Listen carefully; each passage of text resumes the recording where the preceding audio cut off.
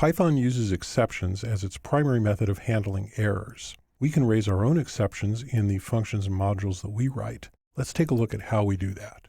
We'll make a working copy of exceptions.py, call it exceptionsworking.py, and we'll go ahead and open our working copy. And here we have our simple print the lines of text from this file. Go ahead and run that. Now let's say that we wanted to write a function that will open a file and return its lines of text. It's a pretty easy little function. Call it read file, and we'll pass it a file name, and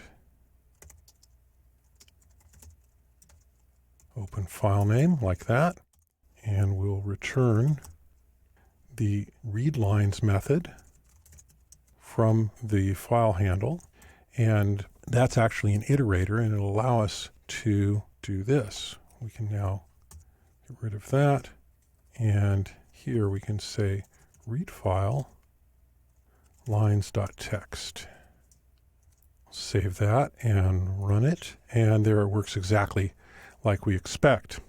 Now let's say that we misspell lines.txt here. We'll get our same error message that we got before, IO error, and of course we can handle that in a try block like this.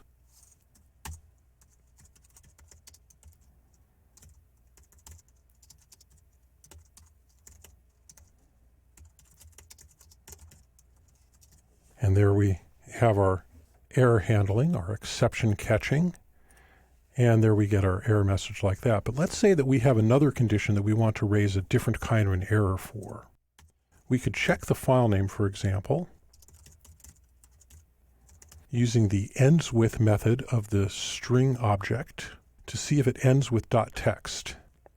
And in that case, we'll just go ahead and do what we normally do, and else we're going to raise an exception. We're going to use the raise statement. We're going to raise a value error, and we're going to give it a little message. File name must end with .text. All right, and then give it a different kind of a name here. We save this and run it. Now we have an unhandled exception. We get exactly the same kind of error reporting that Python does when it raises its own exceptions. And you see, it gives us the trace back.